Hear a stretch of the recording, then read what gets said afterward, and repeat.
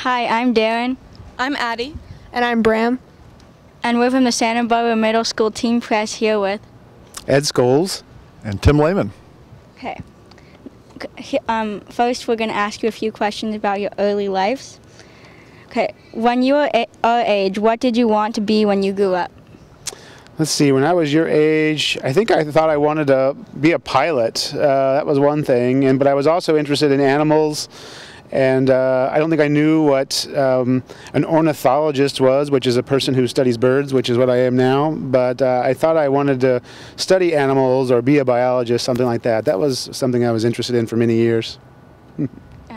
Yeah, when I was in middle school, that was when I first got interested in photography. I got really interested in photography, but I also was getting really interested in outdoor activities like hiking and mountain climbing and interested in nature, you know, and then going snorkeling in the ocean and hiking in the woods. And so I think I didn't have a clear idea like I wanted to be a professional photographer or anything, but I definitely wanted to do something outdoors. I wanted to spend my life like going outdoors, and I don't think it was until later that I really figured out, you know, exactly how I was going to do that. But it was my strong interest in outdoors and nature that I think it got me interested in doing biology. So I decided to study biology all through school, through high school and college. I kind of specialized in science and biology. Just decided I wanted to be a scientist and study wildlife. And then I did photography at the same time, and just got sort of better and better at my photography. And so now I've been able to combine them together to do both. What's the first bird you can remember being fascinated by? The first bird I can remember being fascinated by, I'm pretty sure it was a blue jay. When I was about your age, I was living in Ohio, and we had a lot of birds in our backyard, and me and a friend of mine formed a bird watching club, which we didn't really know what that was, but we carried around our binoculars. Someone had told us about a bird watching club, and we were discovering birds for ourselves in our neighborhood. And I think the first time I saw a blue jay with binoculars on, it really left a big impression on me, because I can still remember that even now. Well, when I was your age, I lived in Japan. My parents were working in Japan, and I lived in Japan, and the bird that I remember distinctly from when I was younger was a type of hawk called a black kite that was very common in the kind of suburban areas where we lived. Was always soaring around our neighborhood, and I remember, you know, getting curious about that bird called the black kite. So that's, I think, my earliest memory of a bird that I got fascinated with. Okay, now onto the birds of paradise. Okay. Imagine you're directing Paradise Idol. What bird would you choose for its singing? I would definitely choose one of the birds of paradise that is more black and looks like more like one of the crow-like birds of paradise. It's not nearly as flashy and ornamented and as showy in its appearance, but it does sound really incredible. And it's one of the most interesting and beautiful sounding birds of paradise. It's got this kind of descending hollow whistle sound. If you go to the Birds of Paradise Project website, you can probably even find a video that has a recording of the curl-crested manaco. That's its name. That's definitely one of the best singers. And what sound does it make? It sort of sounds like, it's kind of a hollow flute-like sound, and it's very mysterious sounding but beautiful.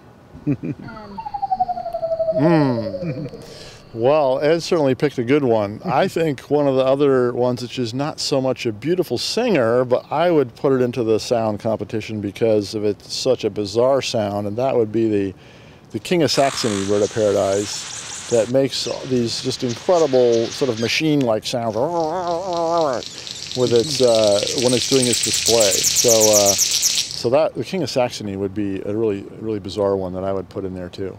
Imagine you're directing Paradise Runway. What bird would you choose for its display? Oh, Paradise Runway. Well, I think I would choose the blue bird of paradise because it is very colorful and also does something really unusual, is that it hangs upside down by its feet below the branch and fans out this beautiful blue fan with a black spot and red around it, and has white spots around its eyes. So a very striking display. So that'd be my vote. And you? I would probably choose the king bird of paradise, where the male is, it's one of the smallest birds of paradise, but he's really bright crimson red, and he has a bright white belly, and he's got these kind of funny little fan-like feathers that stick out from underneath his wings that have iridescent green tips, and he's got like a little iridescent green flash just above his eye and a yellow beak. He's pretty. Oh yes, and he's got blue legs. You know, how can you know, blue pants and white shirt and a red coat. You couldn't go wrong with that. Okay. Imagine you're in a bird version of Snow White. You look in the mirror and say, "Mirror, mirror on the wall, which bird is the sexiest of them all?" Well, let's see. That's a tough one because they're all pretty good. I'm going to have to go with the superb bird of paradise, you know, because anybody that can look like a psychedelic smiley face while they're doing their mating dance has got to be pretty sexy. Well, I think that I would have to vote for one of the really big, colorful ones with tons of feathers, the greater bird of paradise that has just yellow plumes just going everywhere.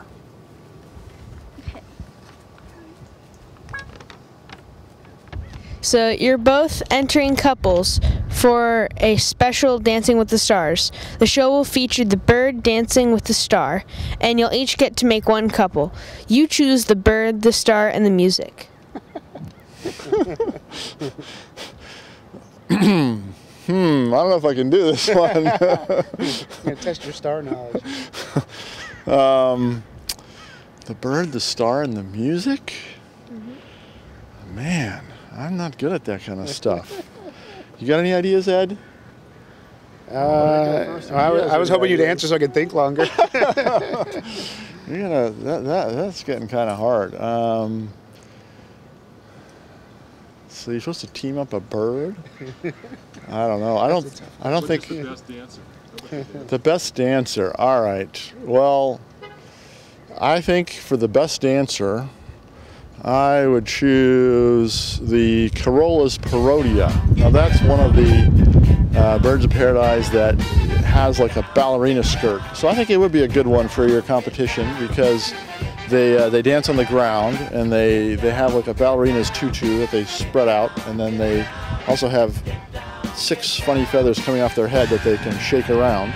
And they have a very complicated dance that they do they have lots of dance moves.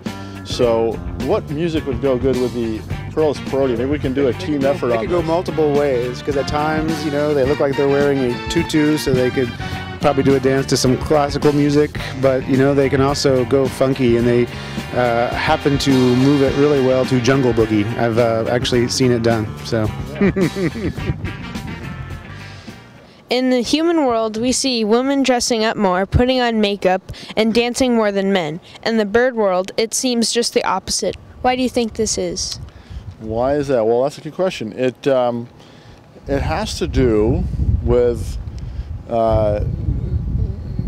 really with which sex is the limiting resource. But that's let's see how to explain that. Basically, it has to do with the fact that in birds of paradise, the female birds, they don't really need help from the male birds to raise their young. So whereas in humans, it's important for humans to choose a good partner who will also help out, right? Because a human, you know, humans are more pair bonding species that both the man and the woman sort of help raise the offspring usually. And females are looking, you know, women are looking for men that are making, you know, that are good providers and so on. But in birds of paradise, they don't need to do that because the females can easily rear the offspring by themselves. They're trying to choose a male that will give them the best genes to pass on to their offspring. And they're using those male's displays and his plumes and everything as the, you know, indication of that this is the best quality male. They're going to have the most success by getting his genes for their offspring. So it's because of that difference of what's the priority, you know, maybe Ed can add to that. It's also in people, it takes a long time to rear our offspring. You know, we invest a lot over our lifetimes into our children, and so there's actually both sexes, both the males and the females in humans, are picking qualities that are important for a long-term, partner for their children. Whereas in the birds of paradise, the males aren't picky at all. The way that it works, that they'll mate with any female birds of paradise that they can, and as many of them as they can. It's only the females that are being picky. So that's part of the difference even in the appearance and some traits between humans and birds of paradise. So if the birds were filming us, what do you think they would think of humans? They'd probably think we were pretty boring. Scary. Yeah, I mean, they have a lot to worry about humans, because humans are, causing a lot of threats to their habitat. They might want to film us doing bad things, like, why are these guys cutting down the rainforest, or why are these guys putting in oil palm plantations where we need to live, and stuff like that. I don't think they'd be very interested in our courtship behavior. I agree with Tim that they probably would find us mostly scary if they were filming us, and they probably wouldn't pay much attention to our courtship behavior at all, although they might wonder why the females are dressing up so much. Go back to your other question, they might be interested in the fact that the males aren't nearly as ornamented as the male birds of paradise, and that the females are also kind of fancy at times in humans. So.